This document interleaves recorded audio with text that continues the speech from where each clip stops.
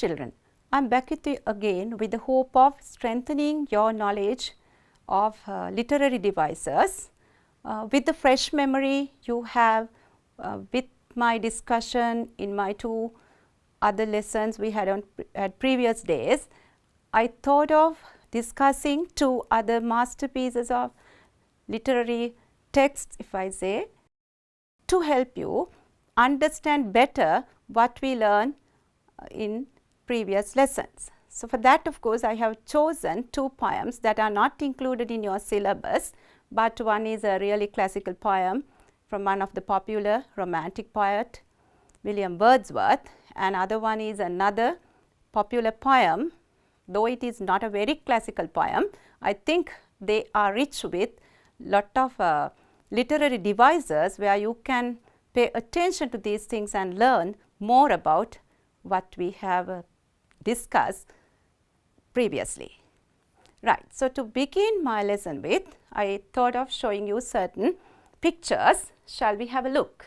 Here, daffodil flower, and this is to do the poem William Wordsworth's Daffodils, and here you can see this flower is very common in European countries, and it is a very delicate flower grown in mild weather conditions, right. So, William Wordsworth's Daffodils, we are going to discuss, analyze and interpret that poem in relation to the literary devices we learned previous days. Right. Let us read the poem first. I wandered lonely as a cloud that floats on high o'er the vales and hills, when all at once I saw a crowd, a host of golden daffodils, beside the lake, beneath the trees, fluttering and dancing in the breeze. Right. So, I will give you few minutes or few seconds. You go through these lines and try to identify the literary devices we discussed earlier. To give you better idea, actually help, I will just read it once more. I wandered lonely as a cloud that floats on high o'er vales and hills, when all at once I saw a crowd, a host of golden daffodils, beside the lake, beneath the trees, fluttering and dancing in the breeze. Yes, let us try to identify the literary devices. First one, I wandered lonely as a cloud. I think at once you may remember what's it. As a cloud. So, the poet or the speaker is going to say he was wandering lonely as a cloud. When we take the image of a cloud, what type of idea you get in your mind? Cloud is very light, it floats, it has its freedom, it can move anywhere that it wants. So, that light-heartedness, at the same time the freedom that the speaker has, he is comparing himself, the freedom, the light-heartedness that he has, to that of a cloud. The cloud has the ability to move as it wants, nobody is going to control, right. So, then it is a metaphor or a simile? Yes, lonely as a cloud, so it is a simile. Then that floats on high o'er the vales and hills. So, we get a clear picture, visual imagery, right. So, how clouds floating over vales and hills. When all at once I saw a crowd. Again, a point to think. Crowd, we use that word to mean a group of people, crowd. So, what type of device we can find there or we see there? Yes, these flowers are given the ability of human form. So, a crowd considered as a group of people like, right. So, then when all at once I saw a crowd, there we find personification. A host of golden daffodils beside the lake, beneath the trees. We get the location of these flowers where they are having these dancers fluttering and dancing in the breeze. So when the wind blows, right, the flowers are fluttering and dancing. So when you read the whole thing, you get a very beautiful picture in your mind, and that is visual imagery. By the way, do you hear any sound?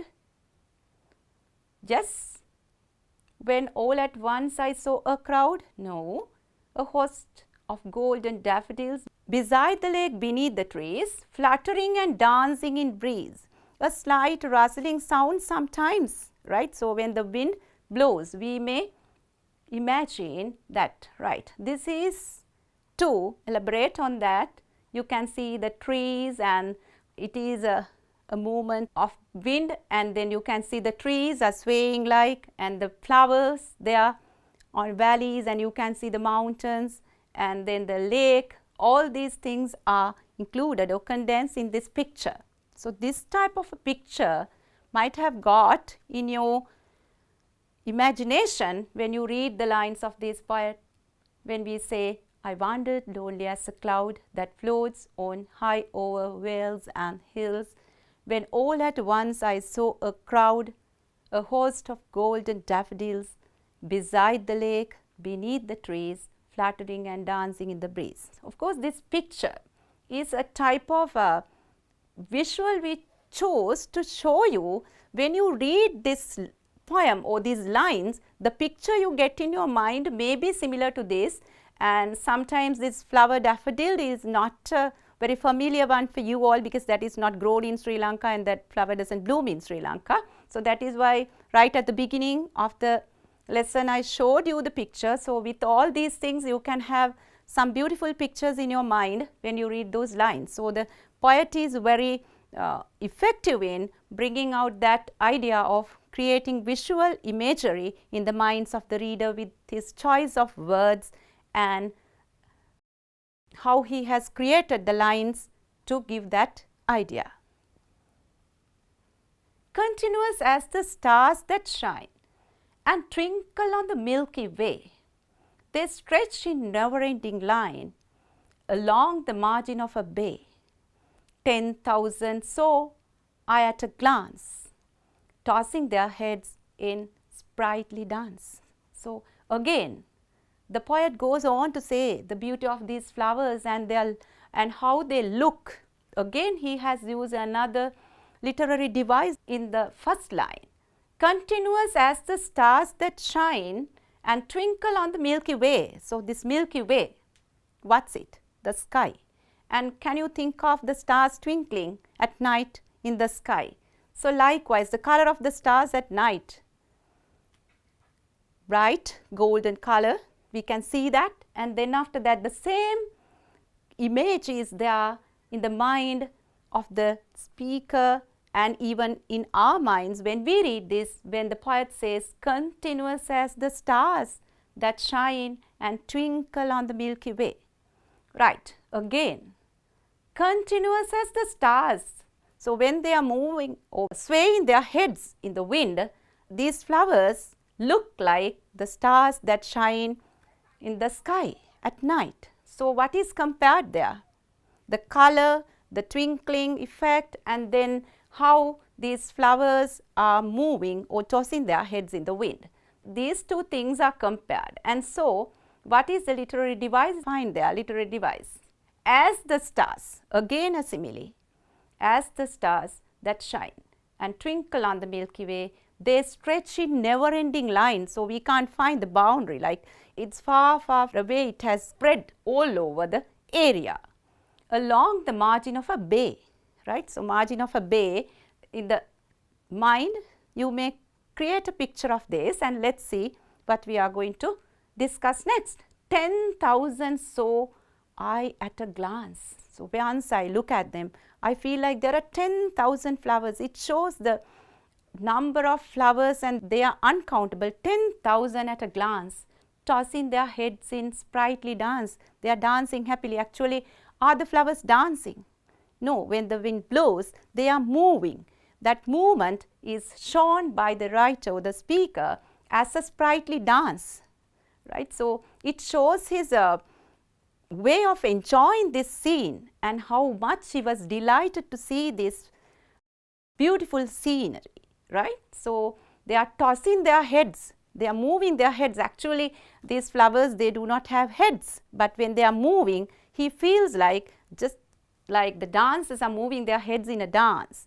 These flowers are also dancing. He is comparing all these things. That seems that he is enjoying the beauty of nature to its best, and then he is very much delighted, and he is coming out his feelings and emotions in these lines, and this gift of nature has given him tremendous happiness and a sort of life where he has forgotten that he was alone, right? So, that's the beauty of nature if we are ready and if we are able to enjoy it. So, for that, of course, we have to have our own taste by looking at something. If you can think of it like this, how many of you are going to write poems after all these discussions? How many of you feel that, okay, this is how we are going to do something? So, I think this will be very much helpful for you all to create some poems and become another Wordsworth or another poet, right? So, even you can write stories. So, that is also one aim of our discussion, not just learn literature for your academic achievements, but to enjoy literary works, to bring kind of happiness and to enjoy the gifts of nature, right? So, you have to have a picture in mind like this, I hope, in sprightly dance in 10,000 at a glance, right? So, here one technique, 10,000, so I at a glance. So, 10,000, can't count the number, here you can see. So, that is a kind of exaggeration because he can't count and say. So, he says there may be 10,000 more than that. So, kind of exaggeration, right. Then let us move on to see what is next. Did you enjoy the lines of the poet up to now? Right, we will see what is there in other lines. The waves beside them danced, but they outdid the sparkling waves in glee. A poet could not be gay in such a jocund company. I gazed and gazed, but little thought what wealth the show to me had brought. The waves beside them dance. So, where are these waves? Waves in the lake. So, when the wind blows, even the lake is having kind of like waves, they are not as strong as the sea waves. You can see a little movement or change on the surface of the lake, right. So, sometimes they may be little stronger, but still he says the waves beside them dance, but they outdid the sparkling waves in glee. So, the dance of these flowers were more than the waves in the lake. So, these are very beautifully creating a picture in our mind, two types of waves, because the flowers are moving in the wind and the waves of the lake moving with the wind, right. So, which one is better, the waves in the lake or the dance of the flowers? Dance of the flowers, the waves that it makes. You can imagine with the picture I showed you in my previous slide. Next line, a poet could not but be gay, nothing else other than being happy, right. So, in such a jocund company, in such a lovely company, so he finds a friendship, like he has forgotten all his problems or whatever the world that he was in. Now, he is in a different world where he enjoys the beauty of these flowers and their dance. So, he has the nature is powerful enough to forget all our worries or forget all our miseries and enjoy the beauty of nature for few minutes may help us become very happy and delighted. What a wealth, that is why he says it is a wealth. So, once you hear the word wealth, of course, we think that is money or else another property or vehicle or comfortable bed or something like that. But of course, for the poet, seeing these flowers and that beautiful dance has given him a treasure of happiness, a wealth of happiness. So he has become happy seeing something very simple, but the number is very large, but still what he has seen is something in nature, right? So there, what wealth the show to me had brought. He think that it is like a show, right? So you are familiar with the word show as a kind of dance or concert or a movie or a musical show, but something similar to that. The poet also has found this scene or the flowers dancing or moving in the wind as a show, right? So then, in such a jocund company, I gazed and gazed, but little thought, right? What wealth the show to me had brought. So you find some other literary devices we discuss? Yes? 1, 2, 3, 4, 5. Fifth line. Just say, and if you can, identify it. What's it? Gazed and gazed.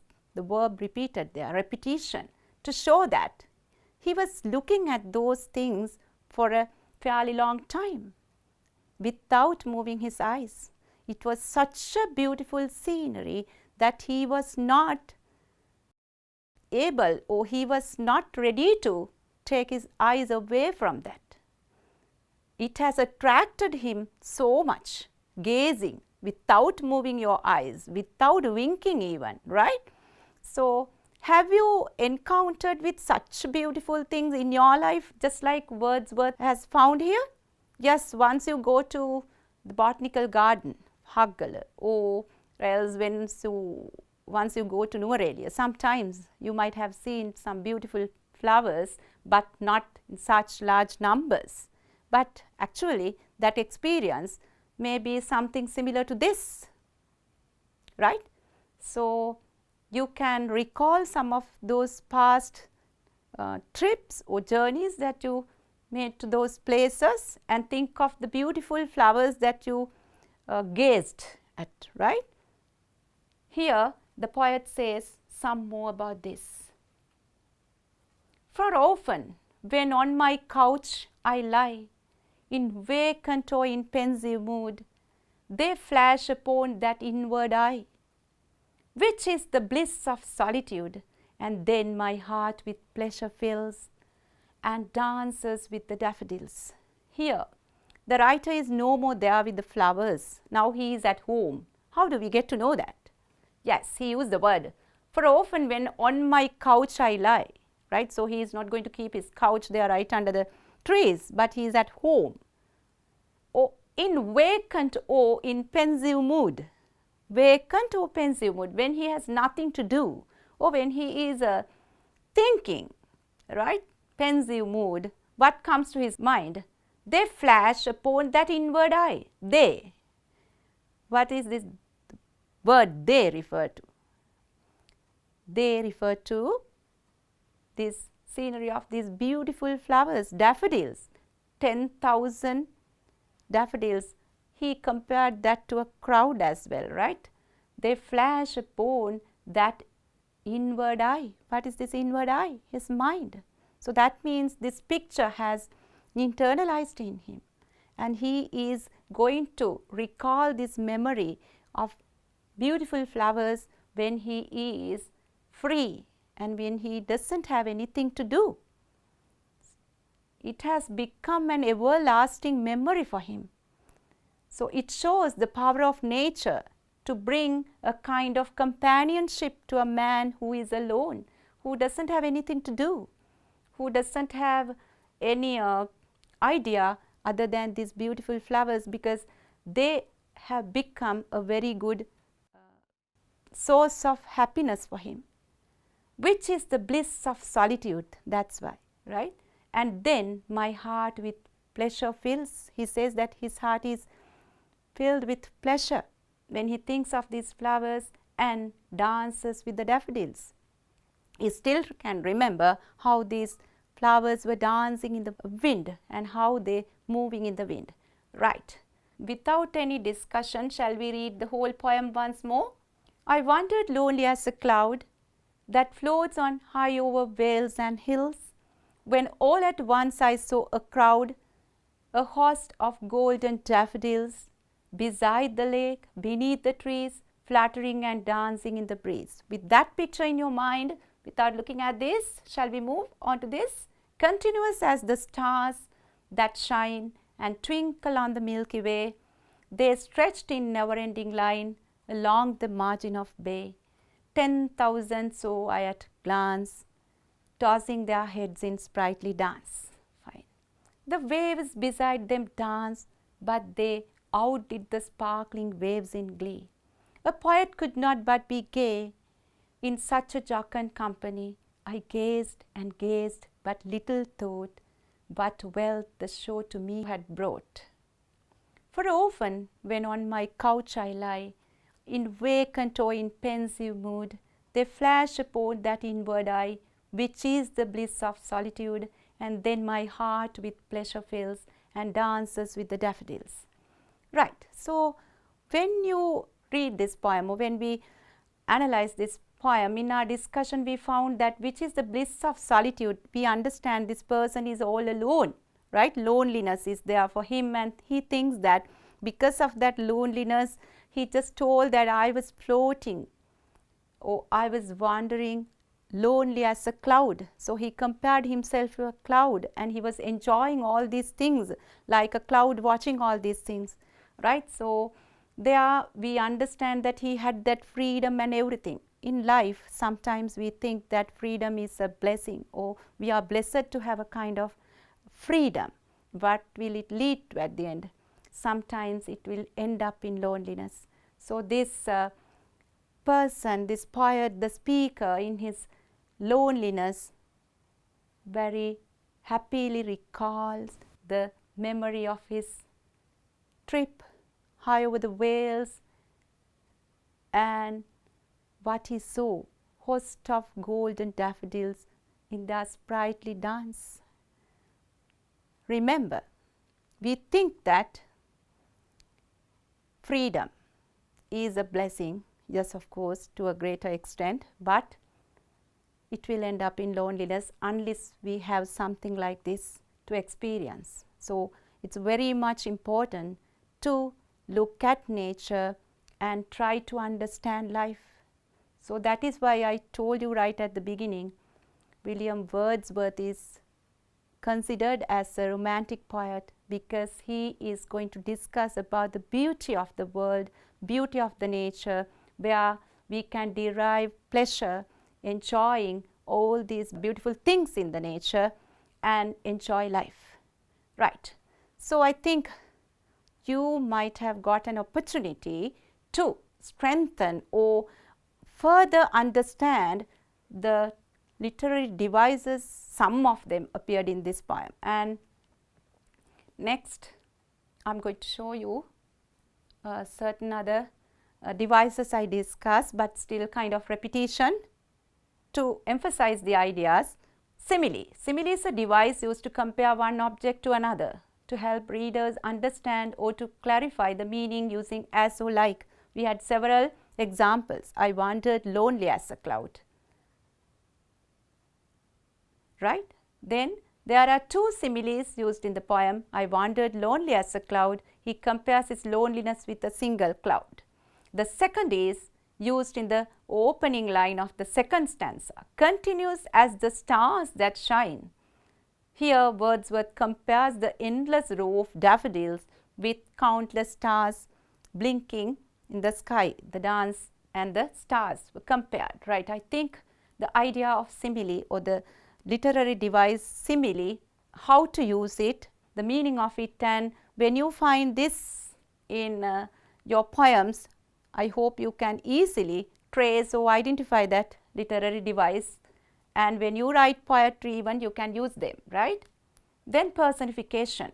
Personification is to attribute human characteristics to lifeless objects and other living forms, human qualities, because here it was given to host of daffodils, right?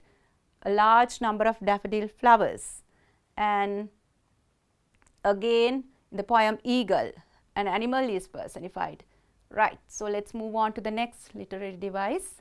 The poet has personified daffodils in the third line of the poem, such as when all at once I saw a crowd. I was explaining all these things to you. The crowd shows the number of daffodils. The second example of personification is used in the second stanza as, what's it? Can you remember?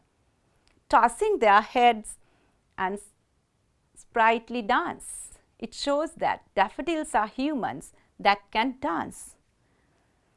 The third example, in a jocund company. Here he considered the daffodils as his buoyant company. Here a lot of flowers are there, somebody to give a kind of happiness, companionship.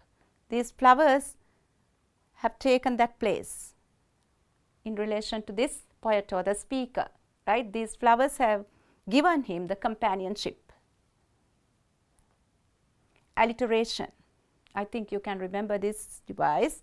And alliteration is a repetition of the same consonant sound in same lines of poetry, such as the use of G sound in I gazed and gazed. G sound is repeated and it is right at the beginning of the word. And the use of W sound in what wealth the show to me had brought.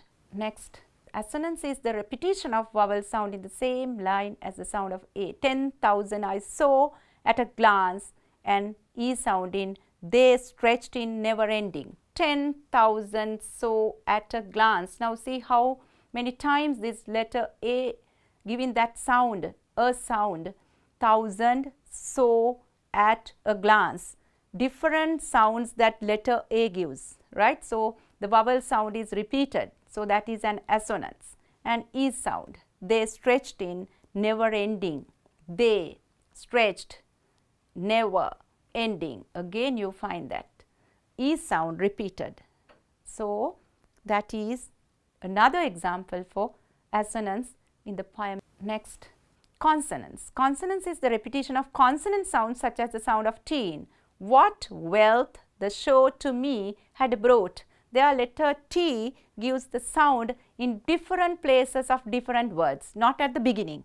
So that is why it becomes a consonance. What wealth, here T comes at the end. Here of course the sound, the at the beginning, to me at the beginning of the word to, had brought, there the T sound at the end, but anyway in the same line in different places. So it becomes the device consonants, right? It is a sound device. Then an N sound in vacant or in pensive. Here n, in and n, in at the end, in. You find that also as consonants because it is the repetition of consonant sounds. Metaphor. Wordsworth has used one metaphor in this poem. In the last stanzas, they flash upon that inward eye. So their inward eye is the mind. So without saying mind, mind is given as inward eye, the power to think, power to see, right? Here inward eye represents the sweet memory of daffodils. Yes, power of imagination. Imagery. The use of imagery makes the reader visualize the writer's feelings and emotions.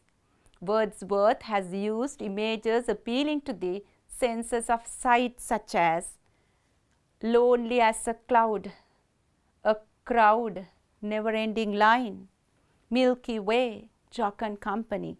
Altogether, all these create a very beautiful visual imagery in the minds of the reader.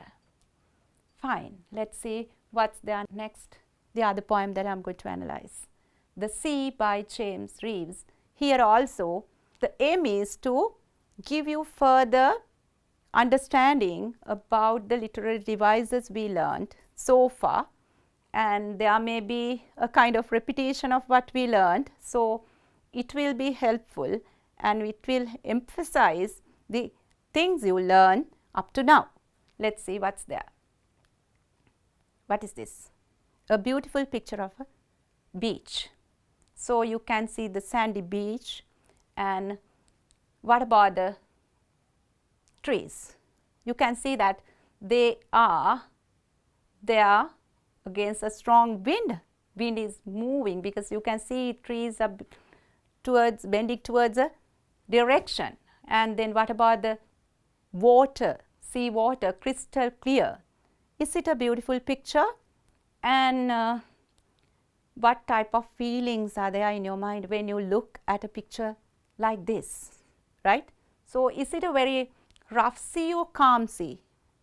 Can you see any sea waves that are very rough? Yes, here you see a picture of a calm sea, and the whole area is filled with green color and a beautiful scenery, right? Just like Wordsworth saw golden daffodils, now we are going to see a golden sandy beach and a calm sea, right? My next picture. Again, you can see the sea waves are a little rough, and it's not calm sea, but it is rough sea. And you can see the cliffs and stones, right? They are the sea waves are coming and knocking on these rocks and stones and moving back, right? So next I'm going to show you a beautiful video, and you can listen to the sound of that, and let's see what we are going to discuss next. Okay, children, listen to this and see.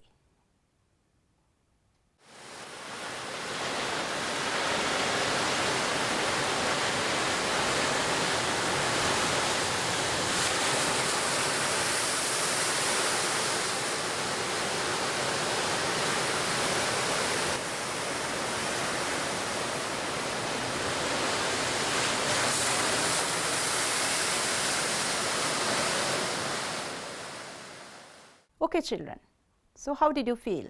Did you feel the sound of the sea waves and how these waves are moving and making a big noise? Wasn't it beautiful? And did you get the real feeling of that you are somewhere on the beach, right? So, and watching this beautiful scenery with the sight of sea waves coming and knocking on the rocks and stones, and how we are going to enjoy this. It is also a gift of nature, and you can enjoy this as well, thinking of many things, right? So if you could wade, and some like you let you feel the waves that are touching your feet, and have a kind of beautiful idea to jump into the sea waves and play with your friends. So these ideas might have come to your mind once you are watching this. Actually, what I want you to focus more is the sound it gives, the sound effect, right? So then, the sea is a hungry dog, giant and grey. He rolls on the beach all day, with his clashing teeth and shaggy jaws. Hour upon hour he gnaws the rumbling, tumbling stones, and bones, bones, bones, bones. The giant sea dog mourns, licking his greasy paws. Right.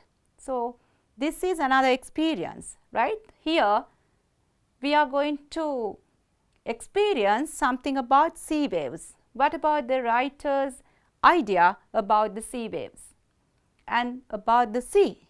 He compares the sea to a hungry dog.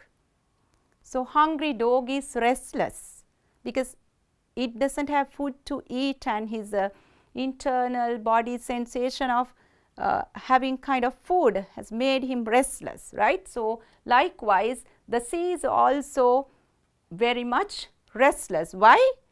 Sea waves are all the time moving, and he says the sea is giant and grey. The color is given, the size is given with these two adjectives. The sea is a hungry dog.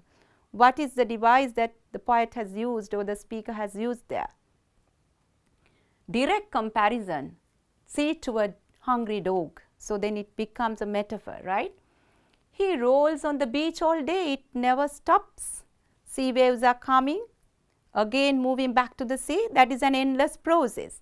So he rolls on the beach all day with his clashing teeth and shaggy jaws. Now, rather than that calm sea, once you look at the picture of that rough sea, you could have understood, or you could have got a clear idea how this clashing teeth and shaggy jaws coming up to those rocks and Hour upon hour he ignores the rumbling and tumbling stones. You saw those stones and how the sea waves coming there, knocking on that and again moving back, right, with a big sound. The sound effect is very high here. That is why we wanted you to watch that video and listen to that sound in that.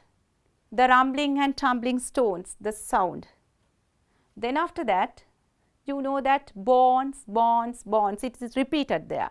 Why? The dogs are very fond of eating bones, and for a dog, of course, a piece of bone rather than a piece of meat. A bone is mouth watering, it's very fond of. Likewise, the sea is also trying to lick his greasy paws. What are those greasy paws? Yes, see, does it have paws? No. Then the waves are coming and knocking on these stones. That is how the writer creates the picture of a hungry dog, comparing it to the sea, giving the qualities of a hungry dog, attributing the qualities of a hungry dog to the sea, right? Licking his greasy paws. He doesn't have any piece of meat. The giant sea dog mourns, weeping, right? So it's a never-ending thought in his mind. And when the night wind rose and the moon rocks in the stormy cloud, he bounds to his feet and snuffs and sniffs, shaking his wet sides over the cliffs, and howls, hollows, long and loud.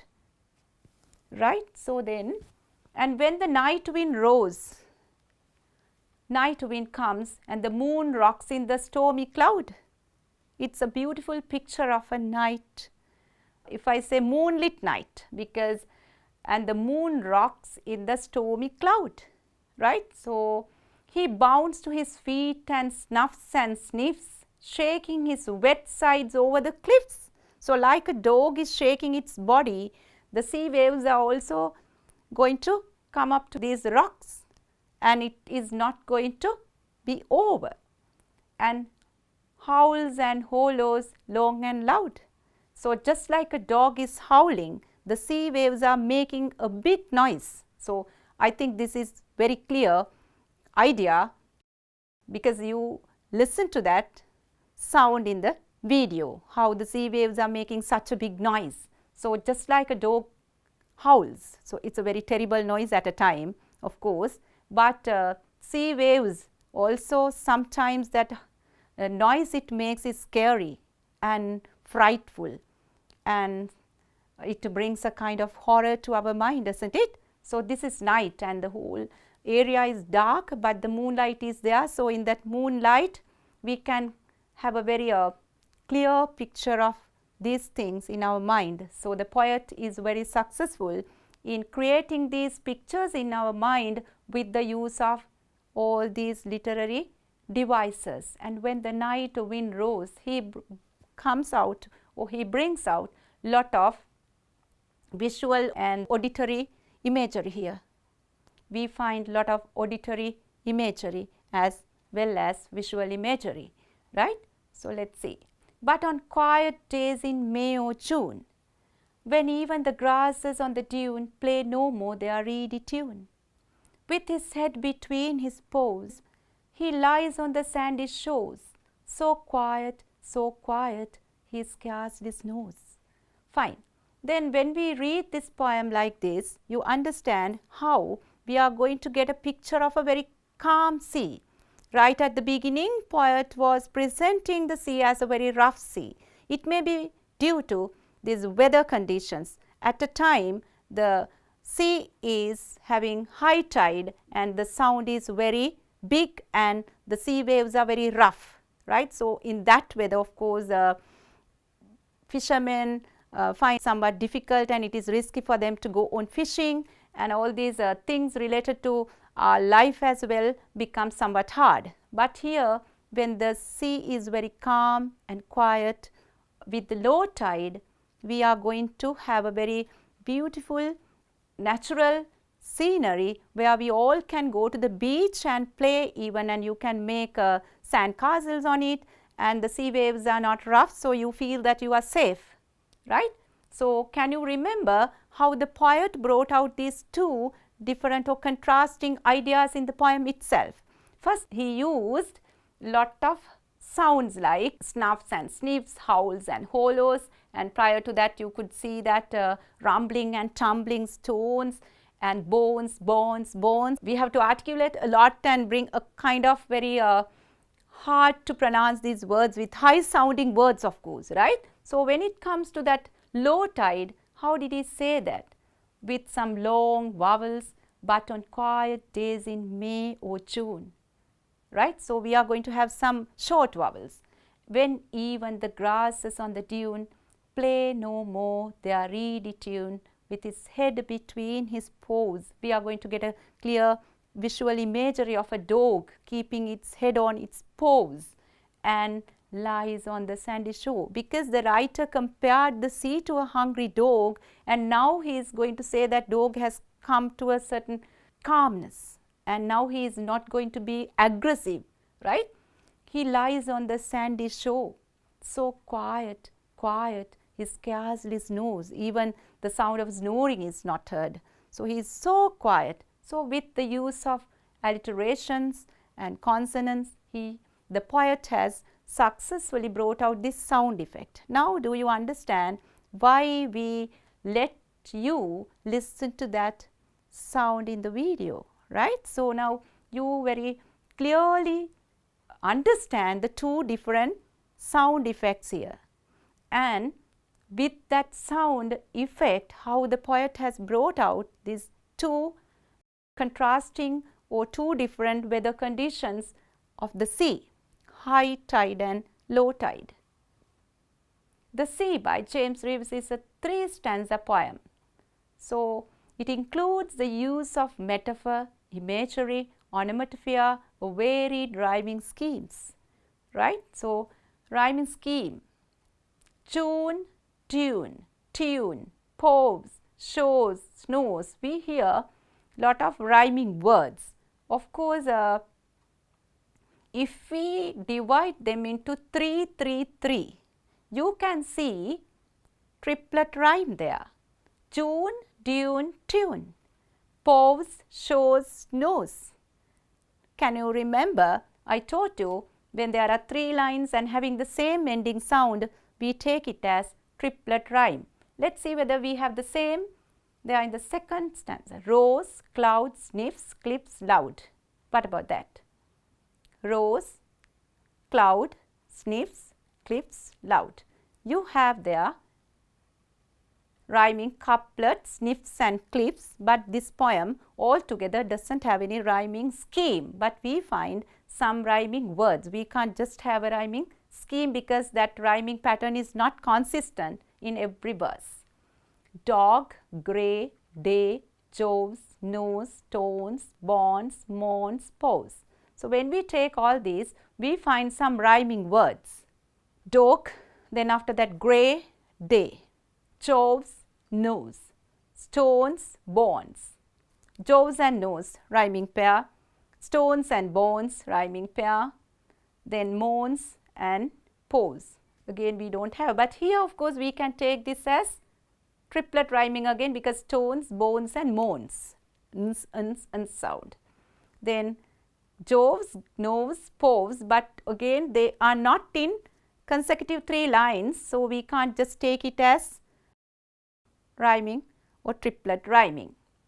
Then grey and day, again we have rhyming pair.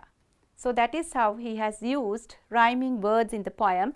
Just because these rhyming schemes are not steady or consistent from one verse to another, we can't just say that there is a rhyming scheme in this poem. So, but we can see there is a lot of sound effect given due to this onomatopoeia, and where this onomatopoeia comes. He bounds to his feet and snuffs and sniffs, shaking his wet sides over cliffs, and howls and hollows long and loud. So, his voice howls and hollows, right?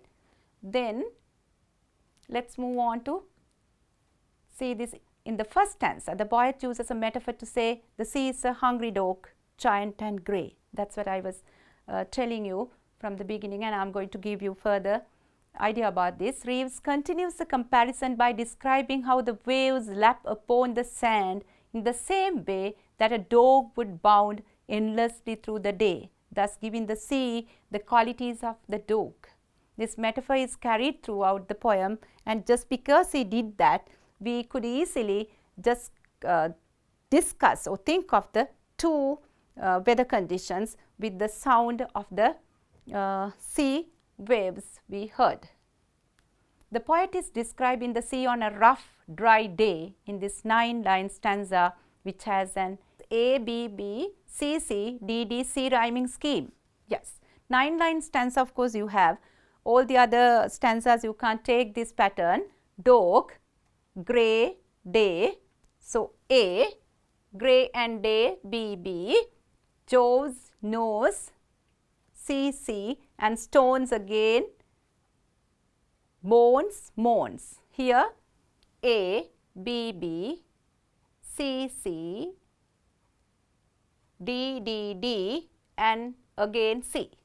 Only in this we can take that. Again, I will explain that. When you take the last word dog, and when you take the last two words of these two lines, grey and day, if you say dog A, you don't find again a similar sound all throughout these 9 lines in the poem, sound similar to dog. So, that is A, and then after that grey and day similar sound. So, we can put B, B for that, and then jaws and nose again, C, C, again stones, bones and mourns, D, D, paws again, B, here we label it as C, so C at the end, right. So, that is why we are going to say this 9-line stanza, we have A, B, B, C, C, D, D, D, C rhyming scheme.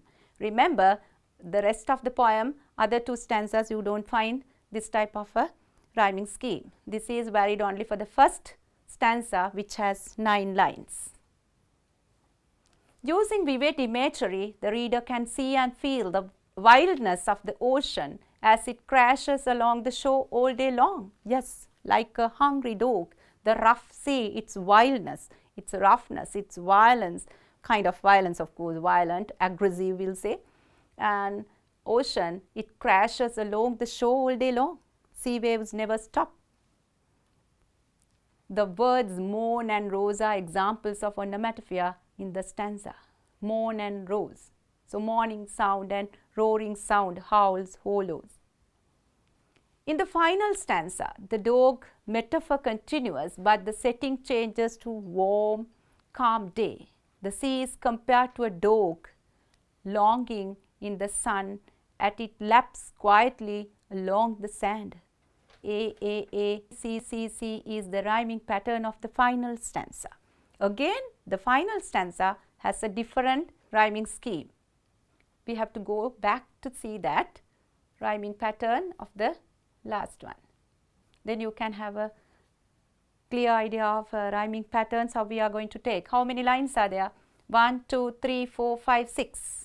June, dune, tune, pose, shows, snows. There you see June, tune and tune having the same sound, triplet rhyming, pose, shows, nose, again triplet rhyming with O's sound. So, then it is clear A, C, C, C. Yes. There is no obvious theme or deep meaning to the poem. It is direct in its metaphorical description of the sea. This poem is very scenic and colorful, of course, very colorful, because we have a very beautiful picture of the sea in its different movements. With every detail described clearly and explicitly, they have explained it, given clearly. This shows that the poet carefully planned his poem, because to reach this goal, the poet has to picture, whether physically or mentally, the scene he plans to describe. So, since he describes every detail distinctly, it shows that the poet has gone through thorough planning. Yes, of course, he has just given a thorough planning of the poem with how he moves from rough sea to calm sea. He uses various visual imagery but more than that, the sound effect that he is going to give. Right. So, this poem creates a vivid picture in the reader. The poet has used lot of techniques to show the similarities between a dog and the sea. We heard the sounds that it makes and how he is looking for a bone, right. According to these aforementioned factors, it is crystal clear that the poem which is written by James Reeves is a great and very attractive poem. It has successfully done the comparison of dog and the sea. Do you think so? Because it was compared to a hungry dog, the poet could do all these wonders, if I say, right. So, he has very beautifully manipulated or used the language to bring out the desired theme. So, this is a kind of appreciation we can write to say that he has used this metaphor of dog and sea, comparing the two qualities, right, of a rough sea and hungry dog. With all this in mind, remember one thing, in literature when you are going to analyze or define a poem, you can take any idea that you can prove with the lines of the poem. Sometimes certain questions in your test paper or certain questions that your friends ask, you can very nicely argue and say, yes, I can agree because these points are here, these features are here in this poem, these words can convey this idea. Likewise, you can prove with the words in the poem, not anything else, the point that you are going to say, or disagree with your friends, taking the same points to show that your friend's idea is not correct, right. So, analyzing these poems or defining these poems and taking your own point of view is quite possible and you are quite free to do so. In literature, you do not have very hard and fast theme that you can just stick to.